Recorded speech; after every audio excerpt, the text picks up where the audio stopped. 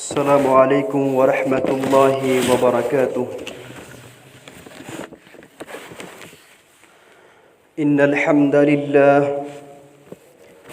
نحمده ونستعينه ونستغفره ونعوذ بالله من شرور أنفسنا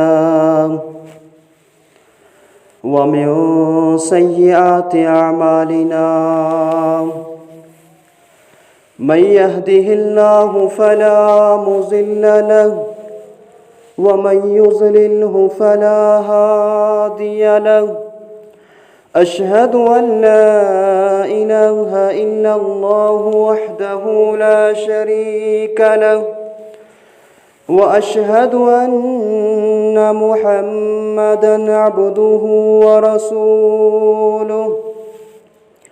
أما بعد، يا أيها الذين آمنوا اتقوا الله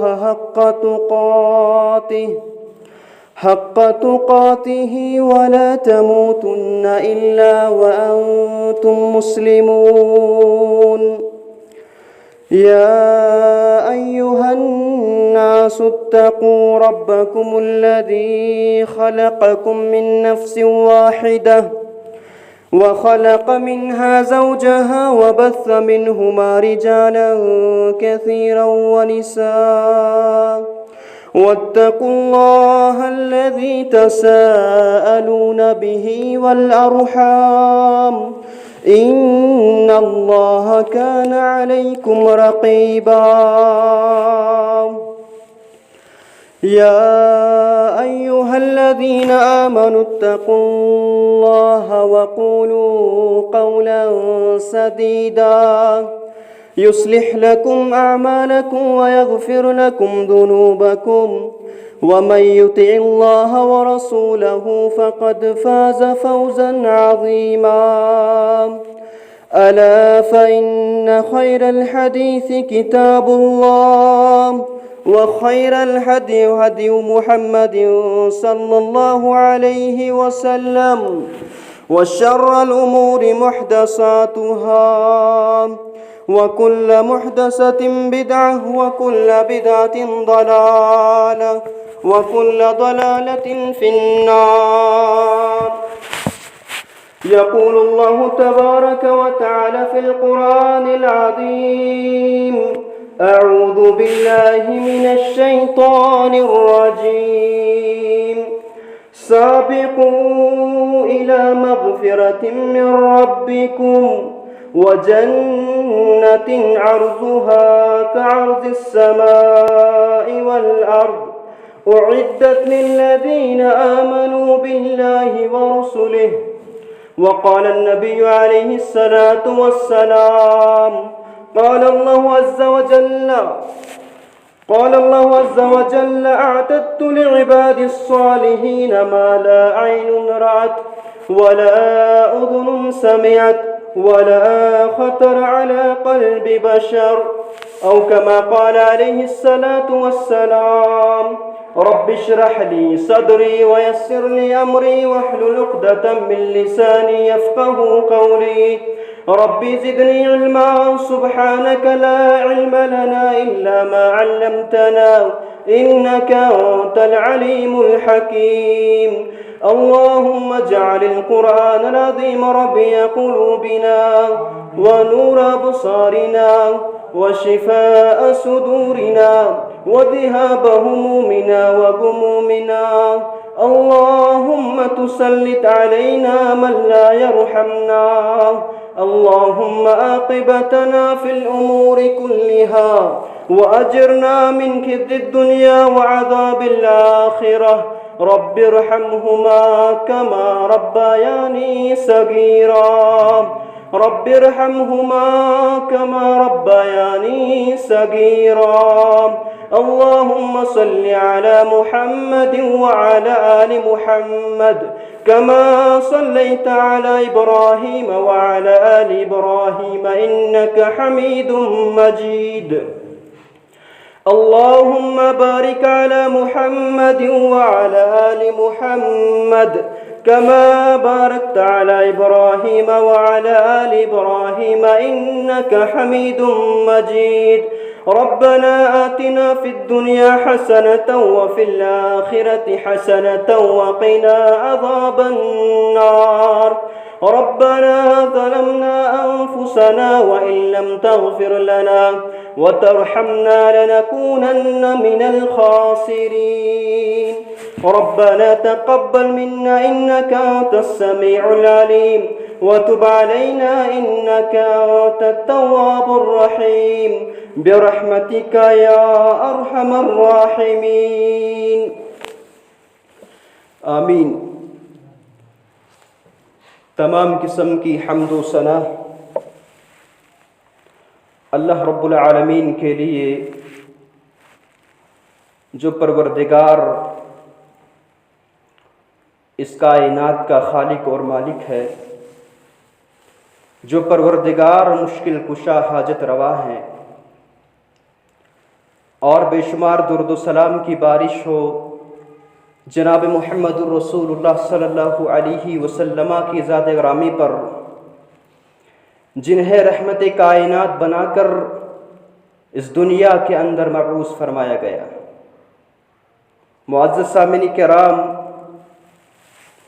میں آپ کے سامنے ایک ایسے گرہ قدر اور بیش قیمت سامان کا ذکر کرنا چاہتا ہوں، جس سامان کو پانے کی، جس نعمت کو پانے کی ہر مسلمان، ہر انسان خواہش کرتا ہے، جس سامان کو حاصل کرنے کی ہر انسان جستجو کرتا ہے، محنت کرتا ہے، کوشش کرتا ہے. آپ جاننا چاہتے ہوں گے کہ وہ نعمت کون سی نعمت ہے، وہ سامان کون سا سامان ہے جو بیش قیمت اور گرہ قدر سامان ہے، جس کو پانے کی ہر انسان، ہر مسلمان تمنا اور خواہش کرتا ہے. وہ گرہ قدر اور بیش قیمت سامان جنت میں ابدی گھر ہے. جنت کے اندر ہمیشہ ہمیشہ کے لیے داخل ہو جانا ہے. جنت کو رب کائنات نے اپنے مخصوص بندوں کے لیے، یعنی اہل ایمان کے لیے بنایا ہے، اور اس کے مقابلے میں ایک اور گھر رب کائنات نے بنایا ہے جو منافقوں، کافروں کے لیے، نافرمانوں کے لیے تیار کیا ہے رب کائنات، جسے جہنم کہا جاتا ہے. جنت اور جہنم یہ دونوں پروردگار کی مخلوق ہے. اللہ تبارک و تعالیٰ نے دونوں کو ازل میں ہی پیدا فرمایا ہے، اور جنت کو پروردگار نے اپنے ان بندوں کے لیے بنایا، تیار کیا جو ایمان والے ہیں اور جو تقوی اختیار کرنے والے ہیں، جو ڈرنے والے ہیں. اللہ تبارک و تعالیٰ قرآن کریم کے اندر جنت کے متعلق ارشاد فرماتے ہیں، فرمایا سابقوا الی مغفرۃ من ربکم، فرمایا سابقوا الی مغفرۃ من ربکم وجنۃ عرضها كعرض السماء والارض اعدت للذین آمنوا باللہ ورسلہ. فرمایا او لوگو، آؤ دوڑ پڑو اللہ کی مغفرت کی طرف، آؤ دوڑ پڑو اللہ کی بخشش کی طرف، اللہ کی رحمت کی طرف. اور فرمایا وَجَنَّةٍ عَرْضُهَا كَعَرْضِ السَّمَاءِ وَالْأَرْضِ، اور اس جنت کی طرف دوڑ پڑو جو جنت زمینوں اور آسمانوں کے بقدر کشادہ ہے، جو جنت آسمان اور زمین کے برابر وسعتوں والی جنت ہے. اعدت للذین آمنوا باللہ ورسولہ، اور اس جنت کو پروردگار نے کن کے لیے تیار کیا ہے؟ جو اللہ پر ایمان لانے والے ہیں، اور جو ایمان لانے والے ہیں اللہ کے پیغمبروں پر. اللہ پر ایمان لانے کا مطلب کیا ہے؟ جو اللہ تبارک و تعالیٰ کو یکتا واحد مانتا ہے اور اس کے ساتھ کسی کو شریک نہیں کرتا ہے، جو پروردگار کو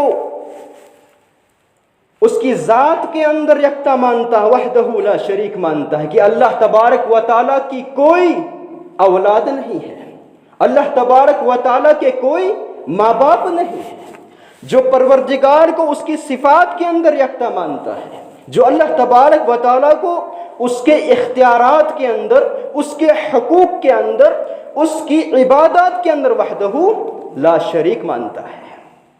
اور جس انسان کو معلوم ہو جائے کہ پروردگار کی ذات کیا ذات ہے، اللہ تبارک و تعالیٰ کی معرفت جس انسان کو حاصل ہو جائے، اللہ کی کبریائی، اللہ کی عظمت، اللہ کی قدرت کے متعلق جس انسان کو علم حاصل ہو جائے، وہ ہرگز آستانوں پر اولاد مانگنے نہیں جائے گا۔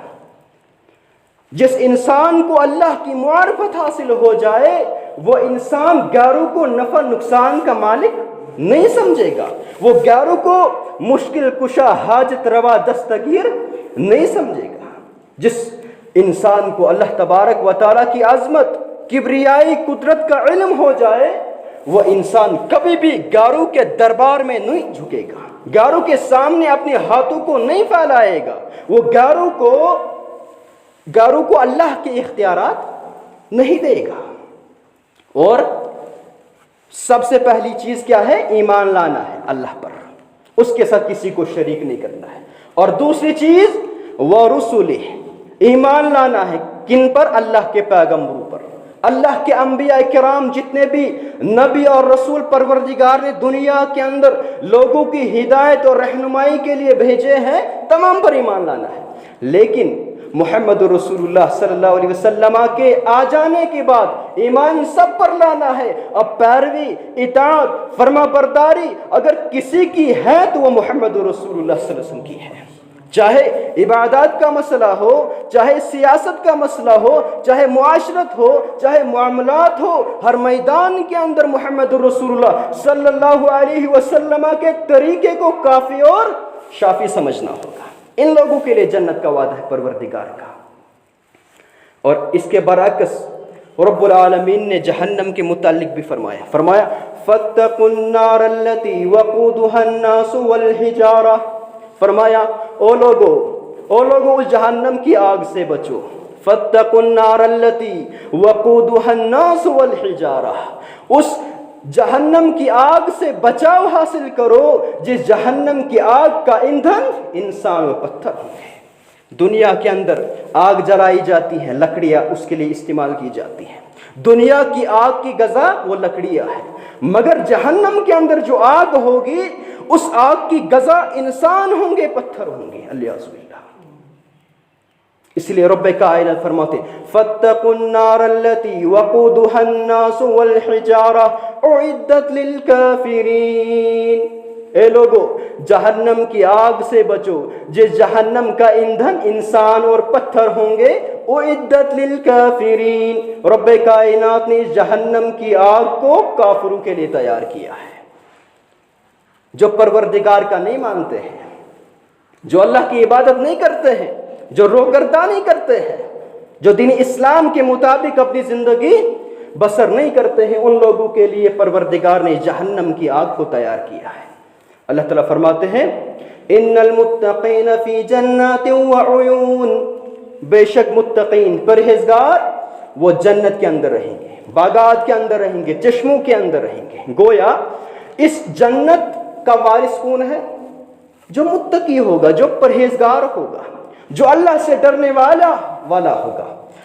جنت متقیوں کا گھر ہے، پرہیزگاروں کا گھر ہے۔ اب متقی کون ہے؟ اللہ سے ڈرنے والا کون ہے؟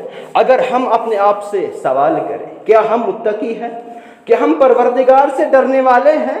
اگر ہم متقی اور پرہیزگار ہوتے، رب العالمین سے ڈرنے والے ہوتے تو رب العالمین کے ساتھ شرک نہیں کرتے، اللہ تبارک و تعالیٰ کے اختیارات کو غیروں کو نہیں دیتے اگر ہم اللہ سے ڈرنے والے ہوتے۔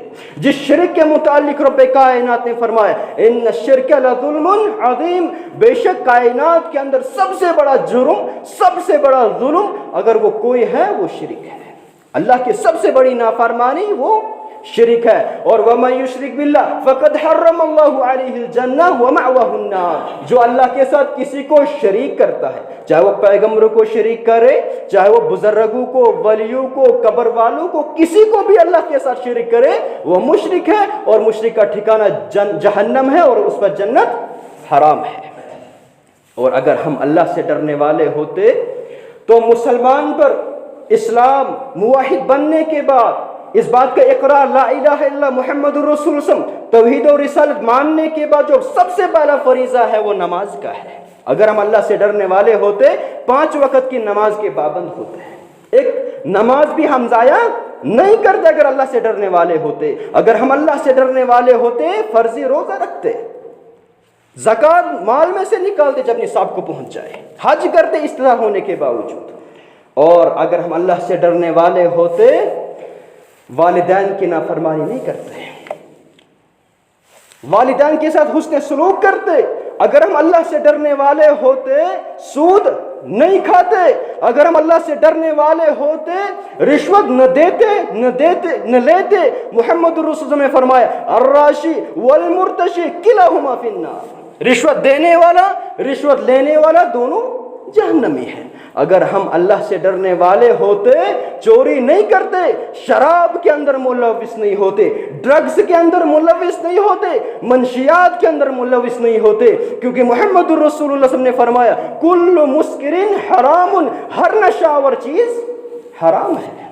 اگر ہم اللہ سے ڈرنے والے ہوتے ہم ایک دوسرے کا حق نہیں کھاتے، ہم کسی کی زمین کو نہیں ہڑپتے، ہم کسی پر ظلم نہیں کرتے اگر ہم اللہ سے ڈرنے والے ہوتے ہیں۔ لہذا جنت متقیوں کا گھر ہے، جنت اسی کو ملے گی جو متقی ہوگا، جو پرہیزگار ہوگا، اللہ سے ڈرنے والا ہوگا۔ جنت ان انبیاء و رسول، صدیقین، شہداء، صالحین کا گھر ہے جن پر اللہ تبارک و تعالیٰ نے اپنا انعام نازل فرمایا۔ اور جنت کے اندر ایسے ایسے باغات ہوں گے جن کے نیچے نہریں جاری ہوں گی، جنتیوں کے لیے جنت کے اندر سونے کی دیواریں ہوں گی، اور اینٹ سونے چاندی کی ہوں گی، دیواریں جواہرات کی ہوں گی، ہیرے موتیوں کی دیواریں ہوں گی، زمین جو ہوگی وہاں کی مٹی زعفران کی مٹی ہوگی، اور وہاں جنتیوں کے لیے خیمہ جو ہوگا، جو ابدار خیمہ، وہ موتیوں کا بنا ہوا ہوگا، کیونکہ محمد رسول اللہ صلی اللہ علیہ وسلم نے فرمایا ان للمؤمن فی الجنہ لخیمہ، کہ بے شک مومن کے لیے، مسلمان کے لیے، جنتی کے لیے جنت کے اندر ایک خیمہ ہوگا، اور من لؤلؤۃ واحدۃ مجوفۃ طولها 60 میلا۔ فرمایا محمد رسول جنت کے اندر مومن کے لیے خیمہ ہوگا، جو ابدار خیمہ ہوگا، جو اونچائی میں 60 میلوں کے برابر ہوگا۔ یہ جو ابدار خیمہ جنتیوں کے لیے، ان کے اندر جو جنت کے اندر جو محلات ہوں گے، ان کے لیے گھر ہوں گے، ان کے علاوہ گفٹ کے طور پر رب کائنات انہیں عطا کریں گے، اور اونچائی میں 60 میلوں کے برابر ہوگا۔ اور جنتی جنت کے اندر امن و امان کے ساتھ رہیں گے۔ ان المتقین فی مقام امین فی جنات و عیون، بے شک متقین امن و امان کے ساتھ جنت کے اندر رہیں گے، باغات کے اندر رہیں گے، چشموں کے اندر رہیں گے، کھائیں گے پیئیں گے، عیش و آرام کے ساتھ رہیں گے جنتی۔ محمد رسول اللہ صلی اللہ علیہ وسلم نے فرمایا یأکل اہل الجنت فیہا ویشربون ولا یتغوطون ولا یمتخطون، فرمایا جنتی جنت کے اندر کھائیں گے اور پیئیں گے، لیکن انہیں قضاء حاجت کی ضرورت نہیں پڑے گی۔ جنتی وہاں انہیں ناک جھاڑنے کی ضرورت نہیں پڑے گی، اور وہاں جب انسان کھانا کھاتا ہے پھر پیشاب کرنے کی ضرورت پڑتی ہے، ولا یبولون، اللہ کے رسول فرماتے ہیں انہیں پیشاب کرنے کی ضرورت نہیں پڑے گی، ولیکن طعامہم، بلکہ ان کا جو کھائیں گے پیئیں گے وہ کیسے ہاضم ہوگا؟ رسول کریم نے فرمایا ذالک جشاء کرشح المسک، ایک ڈکار آئے گی انہیں، اور اس کے ذریعے سے وہ کھانا ہضم ہو جائے گا، اور وہ ڈکار بدبودار نہیں ہوگا، مشک کی طرح خوشبودار ڈکار ہوگا۔ محمد رسول اللہ صلی اللہ علیہ وسلم نے فرمایا جنت کے اندر جو سب سے پہلا گروہ داخل ہوگا، ان کی شکلیں، ان کی صورتیں 14ویں رات کی چاند کی طرح چمک رہی ہوں گی، اور پھر جو دوسرا گروہ جنت کے اندر داخل ہوگا ان کی شکلیں آسمان پر سب سے زیادہ ستاروں میں چمکنے والا، جو سب سے زیادہ تیز چمکنے والا ستارہ ہوگا اس کی طرح چمک رہی ہوں گی۔ وہاں وہ کھائیں گے پیئیں گے، پیشاب کی ضرورت، قضاء حاجت کی ضرورت نہیں پڑے گی، ناک جھاڑنے کی ضرورت نہیں پڑے گی، ان کے لیے سونے کی کنگیاں ہوں گی وہاں پر، اور ان کے لیے بیویاں ہوں گی وہاں پر، رسول اکرم صلی اللہ علیہ وسلم نے فرمایا، جنتی عورتوں کے متعلق فرمایا کہ اگر ایک عورت دنیا کی طرف جھانک لے، پوری دنیا چمکدار ہو جائے گی اور خوشبودار بن جائے گی۔ ایک عورت اگر دنیا کی طرف جھانک لے، جنتی عورت۔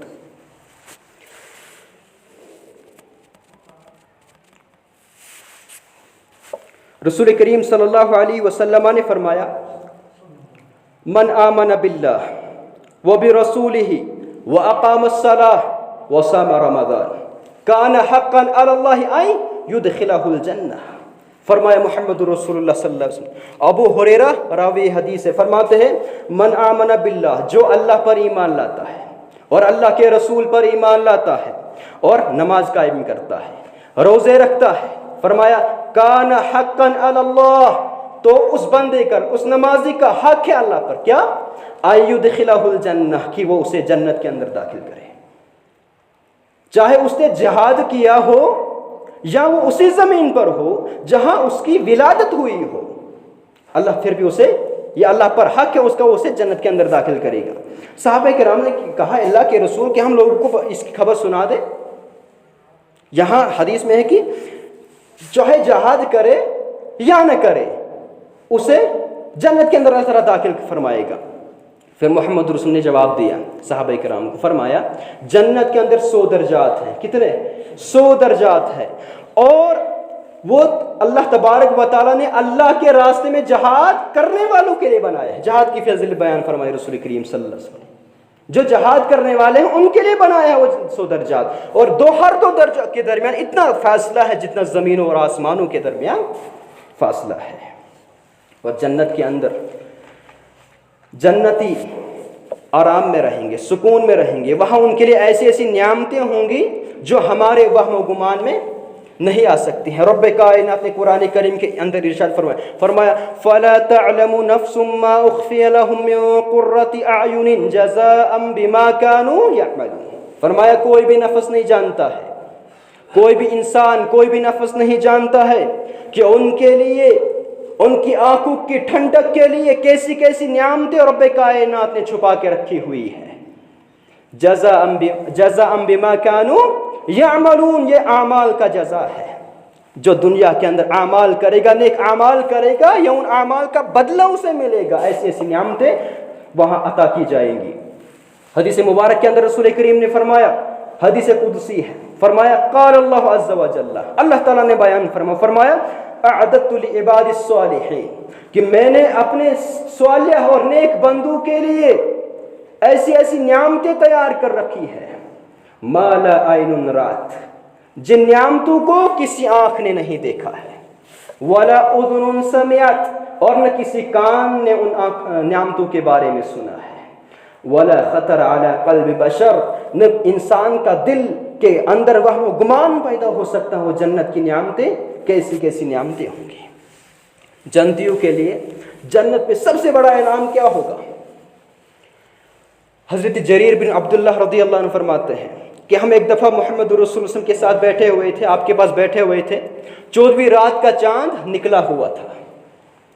محمد رسول اللہ صلی اللہ علیہ وسلم نے چاند کی طرف اشارہ کرتے ہوئے فرمایا انکم سترون ربکم عیانا کما ترون هذا القمر لا تضامون فی رؤیتہ، فرمایا جس طرح تم آج اس چاند کو، 14ویں رات کے چاند کو دیکھ رہے ہو، اس کے دیکھنے میں جیسے تمہیں کوئی رکاوٹ محسوس نہیں ہو رہی ہے، کوئی پریشانی نہیں ہو رہی ہے، اسی طرح قیامت کے روز تم اپنے پروردگار کا دیدار کرو گے اور کوئی تمہیں تکلیف نہیں ہوگی، کوئی مشکلات نہیں ہوگی، وہاں 1 لاکھ ہو کر تم پروردگار کا دیدار کرو گے۔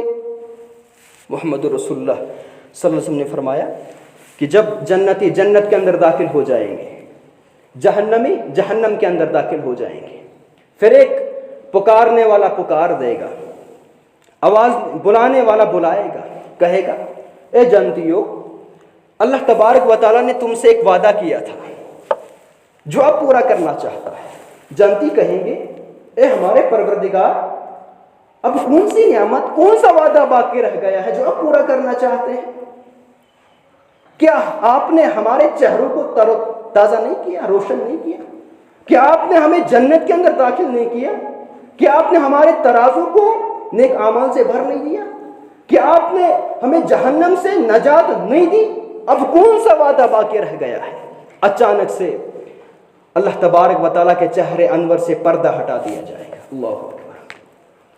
اور جب جنتی دیکھیں گے، جنت کے اندر جتنی بھی نعمتیں انہیں ملی ہوں گی، تمام نعمتوں سے محبوب نعمت وہ دیدار الہی ہوگی۔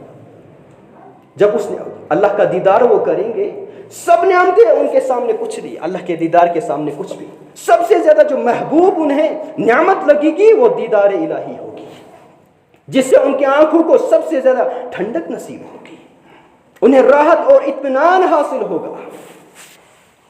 کیونکہ دنیا میں انسان کی زندگی کو قرار اور ثبات حاصل نہیں ہے۔ یہاں ہر وقت انسان کو طرح طرح کی بیماریوں اور حادثات کا خطرہ لگا رہتا ہے، جو کسی بھی وقت اس کی زندگی کا خاتمہ کرتے ہیں۔ اسی طرح نہ جوانی اور صحت و تندرستی کے قرار ثابت ثبات حاصل ہے۔ جوانی بڑھاپے میں تبدیل ہو جاتی ہے، صحت و تندرستی بیماری میں بدل جاتی ہے، آرام و سکون پریشانی میں تبدیل ہو جاتی ہے۔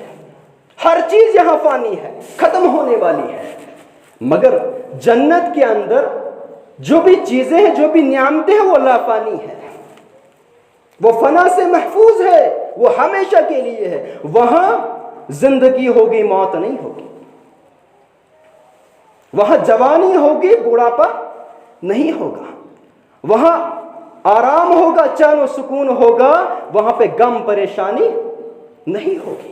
محمد رسول نے فرمایا، جب جنتیوں کو جنت کے اندر داخل کر دیا جائے گا، ایک پکارنے والا پکارے گا، کہے گا جنتیوں اب تمہارے لیے زندگی ہی زندگی ہے، اب تم کبھی بھی موت سے ہمکنار نہیں ہوں گے، اب تم ہمیشہ جوان رہو گے، کبھی بھی بڑھاپا نہیں آئے گا، اب تم ہمیشہ صحت و تندرستی میں رہو گے، کبھی بھی بیماری نہیں آئے گی، اب چین و سکون میں تم رہو گے، کبھی بھی پریشانی تمہیں چھو نہیں سکتی ہے۔ سامعین کرام، جو ادنا جنتی ہوگا اس کا مقام کیا ہوگا؟ جو سب سے آخر میں جہنم سے نکالا جائے گا اور جنت کے اندر داخل کیا جائے گا، سب سے لاسٹ پر، اس کے بعد کوئی بھی جنت کے اندر داخل نہیں ہوگا، جہنم سے نہیں نکالا جائے گا۔ اس کا مقام کیا ہوگا؟ محمد رسول نے فرمایا، وہ اس حال میں جنت سے نکلے گا، گرتا پڑتا وہ بھاگ رہا ہوگا۔ ایک روایت کے اندر گھٹنوں کے بر وہ چل رہا ہوگا، جہنم سے نکلا ہوگا۔ جب جہنم کراس کر دے گا، پھر پیچھے دیکھے گا اور اللہ کی حمد بیان کرے گا کہ اے اللہ تو نے مجھے اس سے نجات دے اور مجھ پر اتنا بڑا احسان کیا جو اگلوں اور پچھلوں پر نہیں کیا۔ پھر اس کے سامنے ایک درخت بلند کر دیا جائے گا، رب العالمین اس کے سامنے ایک درخت بلند کرے گا۔ جب وہ اس درخت کو دیکھے گا، اس درخت کے پاس میں ایک چشمہ بھی ہوگا، وہ اللہ سے سوال کرے گا کہ اے میرے پروردگار مجھے اس درخت کے قریب لے جا تاکہ میں یہاں پر سایہ حاصل کروں اور اس چشمے کا پانی پی کر پیاس بجھاؤں، کیونکہ جہنم سے نکلا ہوگا۔ اللہ تعالیٰ فرمائے گا میں تو تجھے عطا کر دوں گا یہ، مگر تو دوبارہ سوال کرے گا، دوبارہ مانگے گا مجھ سے۔ وہ بندہ کہے گا اے پروردگار بس مجھے عطا کر دے، یہ درخت مجھے عطا کر دے، اس کے بعد میں تجھ سے کوئی سوال نہیں کروں گا۔ وعدہ کر دیا پروردگار سے، کیونکہ جنت کی نعمتیں جب انسان دیکھے گا بے بس ہو جائے گا، اللہ تعالیٰ اسے معذور سمجھیں گے، اللہ تعالیٰ اسے عطا کر دیں گے۔ جب وہ اس درخت کے قریب جائے گا، وہاں اس کے سائے میں بیٹھے گا، پانی پیے گا، دوبارہ دوسرا درخت کھڑا کر دیا جائے گا، بلند کر دیا جائے گا اس کے سامنے، جو اس پہلے والے سے زیادہ بہتر ہوگا، اس کے پاس ایک چشمہ بھی ہوگا۔ وہ دوبارہ سوال کرے گا پروردگار سے، اے میرے پروردگار مجھے اس درخت کے قریب لے جا تاکہ میں اس کے سائے میں بیٹھوں اور پانی پیوں، پیاس بجھاؤں۔ اللہ تعالیٰ فرمائے گا اے ابن آدم تو نے تو ابھی وعدہ کیا تھا مجھ سے کہ میں دوبارہ سوال نہیں کروں گا، تو نے دوبارہ سوال کیا، اے پروردگار یہ مجھے عطا کر دے، اس کے بعد نہیں مانگوں گا۔ دوبارہ وعدہ کر دیا رب العالمین سے۔ اللہ تعالیٰ نے کہا میں تجھے عطا کروں گا مگر تو دوبارہ مجھ سے سوال کرے گا۔ اس بندے نے کہا اے پروردگار بس مجھے یہ عطا کر دے، اس کے بعد میں سوال نہیں کروں گا، میں کوئی چیز نہیں مانگوں گا، بس یہ آخری ہے، اللہ تعالیٰ اسے عطا کر دے گا، اس کے قریب لے جائے گا، وہ اس کے سائے میں بیٹھے گا، پانی پیے گا چشمے سے، پیاس بجھائے گا، ایک اور درخت اللہ اس کے سامنے بلند کر دے گا، لیکن جو جنت کے قریب ہوگا، جنت کے دروازے کے پاس میں ہوگا، جب وہ دیکھے گا دوبارہ سوال کرے گا پروردگار سے، اے میرے پروردگار مجھے اس درخت کے قریب کر دے تاکہ میں اس چشمے کا پانی پیوں اور یہاں سائے میں بیٹھوں۔ اللہ تعالیٰ فرمائیں گے، اے ابن آدم میں نے تو ابھی تو نے مجھ سے وعدہ کیا تھا کہ میں دوبارہ سوال نہیں کروں گا، تو دوبارہ سوال کر رہا ہے، اے پروردگار بس یہ مجھے عطا کر دے، اس کے بعد میں سوال نہیں کروں گا۔ اللہ تعالیٰ معذور سمجھیں گے کیونکہ وہاں کی نعمتیں ہی ایسی ہوں گی جو انسان کنٹرول ہی نہیں کر سکتا وہاں پہ۔ اللہ تعالیٰ فرمائیں گے چلو ٹھیک ہے، میں تجھے اس کے قریب کر دوں گا، جو ہی قریب کر دے گا رب العالمین، وہ اس کے درخت کے پاس میں جائے گا، وہ جنتیوں کی آوازیں سنے گا، پھر دوبارہ سوال کرے گا پروردگار سے، اے میرے پروردگار اب مجھے جنت میں داخل کر دے، اللہ اکبر، اب مجھے جنت کے اندر داخل کر دے۔ اللہ تعالیٰ فرمائیں گے، اے ابن آدم تو کس چیز سے راضی ہوگا، میں تجھے کیا عطا کروں جس سے تو خوش ہوگا، جس سے تو راضی ہو جائے گا، جو ہمارے درمیان جو سوالات کا جو سلسلہ وہ منقطع ہو جائے گا، کیا میں عطا کروں؟ میں تجھے دنیا اور اس جیسی دوسری دنیا عطا فرماؤں گا، کیا تو راضی ہو جائے گا؟ وہ آخری جو جہنم سے نکلا گیا ہوگا، وہ بندہ کہے گا، اے پروردگار آپ رب العالمین ہو کر مجھ سے یہ مذاق کر رہے ہیں۔ حضرت عبداللہ بن مسعود یہ حدیث بیان کر رہے تھے اور انہوں نے ہنسا اس جملے پر، اور لوگوں سے کہا کہ تمہیں معلوم ہے میں نے کیوں ہنسا؟ تم نہیں پوچھو گے میں نے کیوں ہنسا؟ کہا میں نے اس لیے ہنسا کہ جب محمد الرسول یہ حدیث اپنے صحابہ کرام کو بیان کر رہے تھے، آپ اس جملے پر پہنچے اور ہنس پڑے۔ صحابہ کرام نے کہا اللہ کے رسول آپ نے کیوں ہنسا، کس وجہ سے مسکرایا؟ فرمایا قیامت کے دن جب یہ بندہ اپنے پروردگار کو یہ بات کہے گا کہ آپ اللہ ہو کر مجھ سے مذاق کر رہے ہیں، تو اللہ تبارک بھی ہنس پڑیں گے، اللہ اکبر، اللہ تبارک و تعالیٰ بھی ہنس پڑیں گے اور کہیں گے اللہ تبارک و تعالیٰ تمام چیزوں پر قدرت رکھنے والا ہے، یہ میں مذاق نہیں کر رہا ہوں، یہ حقیقت ہے، کیونکہ اللہ جو چاہتا ہے کرتا ہے، اس پر قدرت رکھتا ہے، اللہ اکبر۔ یہ کس انسان کا مقام ہے جو سب سے آخر میں، سب سے لاسٹ میں جہنم سے نکالا جائے گا اور سب سے آخر میں جنت کے اندر داخل کیا جائے گا، یہ اس کا مقام ہے، اللہ اکبر۔ اور جو اس سے اوپر ہوگا ان کا مقام کیا ہوگا؟ لیکن اس کے برعکس ایک اور گھر ہے جو جہنم ہے، جو سخت عذاب والا ہے، جو بری جگہ، برا ٹھکانہ ہے، جو جہنم۔ اللہ ہم سب کو اس سے محفوظ رکھے۔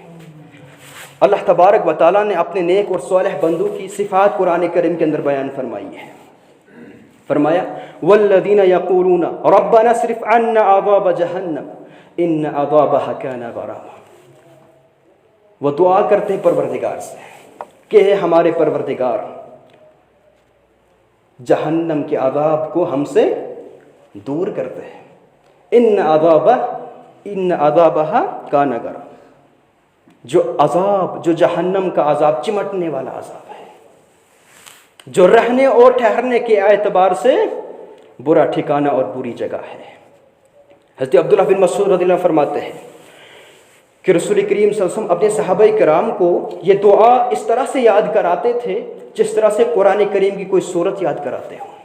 اللہم انی اعوذ بک من عذاب جہنم، اللہم انی اعوذ بک من عذاب القبر واعوذ بک من فتنة المسیح الدجال واعوذ بک من فتنة المحیا والممات۔ اسی طرح حضرت انس بن مالک رضی اللہ عنہ فرماتے ہیں کہ محمد رسول اللہ صلی اللہ علیہ وسلم اکثر و بیشتر اس دعا کو پڑھا کرتے تھے، ربنا آتنا فی الدنیا حسنۃ وفی الآخرۃ حسنۃ وقنا عذاب النار۔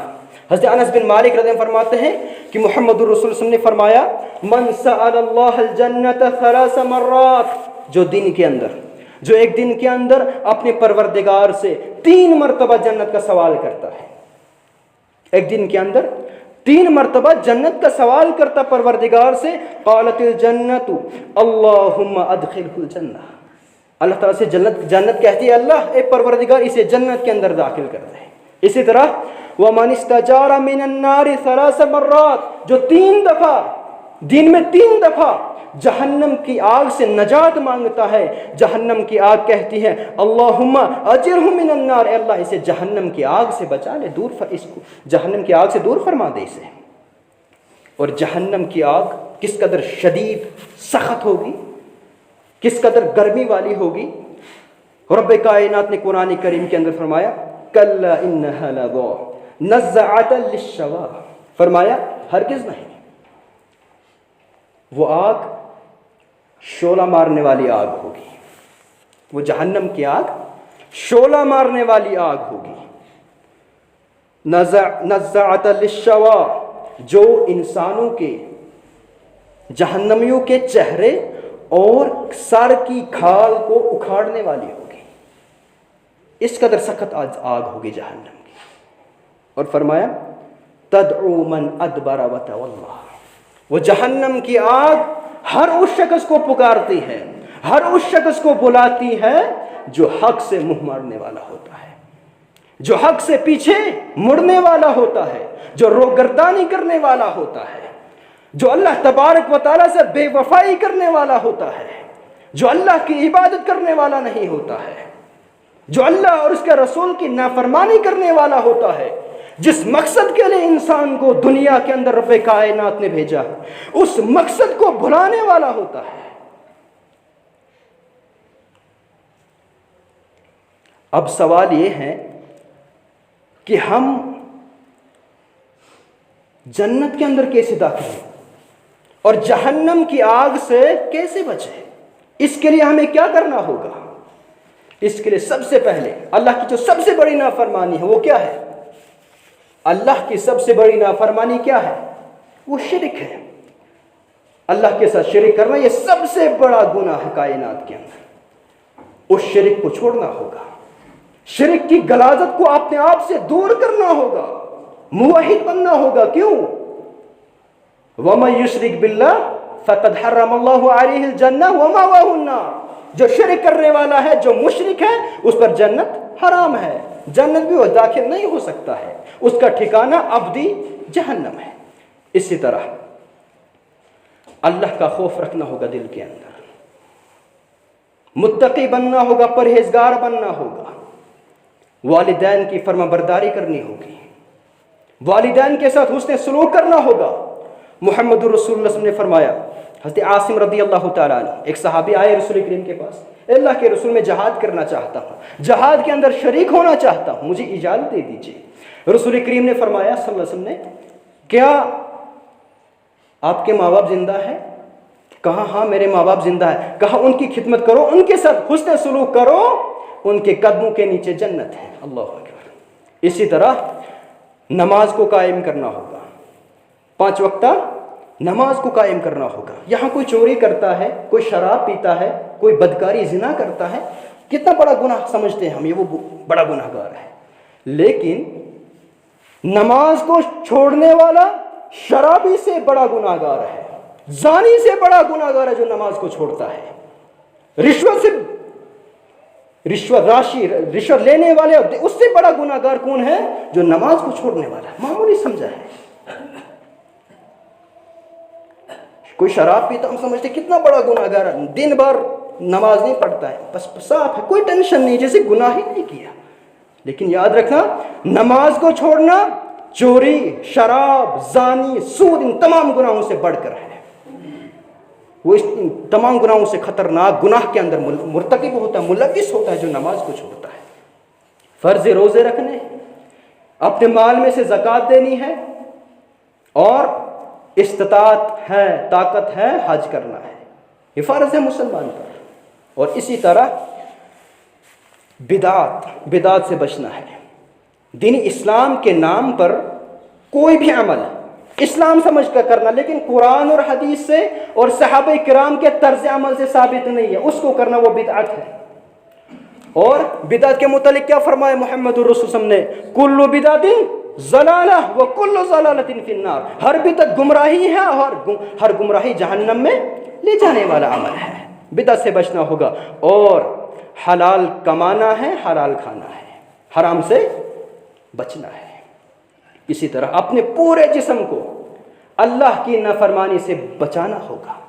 آنکھیں ہیں اللہ کی، اللہ نے امانت دی ہے، نعمت ہے، ان سے غلط نہیں دیکھنا ہے، کانوں سے غلط نہیں سننا ہے، زبان سے غلط نہیں بولنا ہے، حفاظت کرنی ہے، ورنہ قیامت کے روز ایسا خود بولیں گے ہم نے کیا کیا ہے، خود اعتراف کریں گے جسم کے اعضاء۔ اسی طرح جنت میں لے جانے والا، جو جنت میں لے جانے والا عمل ہے، کثرت کے ساتھ جو لوگوں کو جنت کے اندر داخل کرے گا، وہ کیا ہوگا؟ وہ محمد رسول نے فرمایا حسن اخلاق ہوگا، خلق ہوگا، آپسی تعلقات، بہتر تعلقات آپس میں ہونے چاہیے، بغض، نفرت، کینہ، عداوت نہیں ہونی چاہیے۔ اسی طرح جو کثرت کے ساتھ جہنم کے اندر لوگوں کو داخل کرے گی، وہ عمل کیا ہوگا؟ الفم والفرج، زبان ہوگی وہ، اور شرمگاہ۔ محمد رسول نے فرمایا جو مجھے 2 چیزوں کی گارنٹی دے گا، 2 چیزوں کی ضمانت دے گا، میں اسے جنت کی گارنٹی دوں گا۔ وہ 2 چیزیں کیا ہے؟ فرمایا ایک ہے زبان، جو زبان کی حفاظت کی گارنٹی دے گا، اور دوسرا ہے شرمگاہ، جو شرمگاہ کی حفاظت کی گارنٹی دے گا، میں اسے جنت کی گارنٹی دوں گا۔ اللہ اکبر۔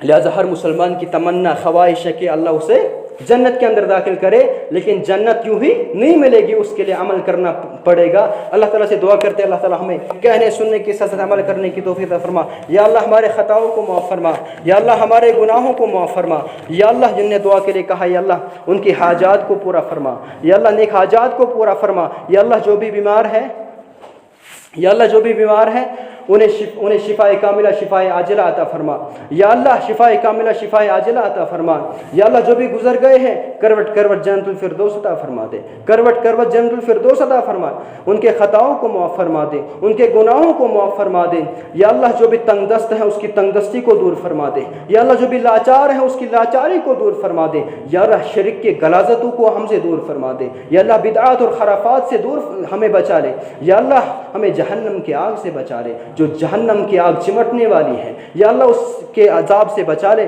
ہمیں جنت کا حقدار بنا دے، ہمیں جنت کے اندر داخلہ عطا فرما، یا اللہ جب بھی ہمارا خاتمہ ہو تو لا الہ الا اللہ محمد رسول اللہ صلی اللہ علیہ وسلم پہ ہو۔ وآخر دعوانا ان الحمد للہ رب العالمین۔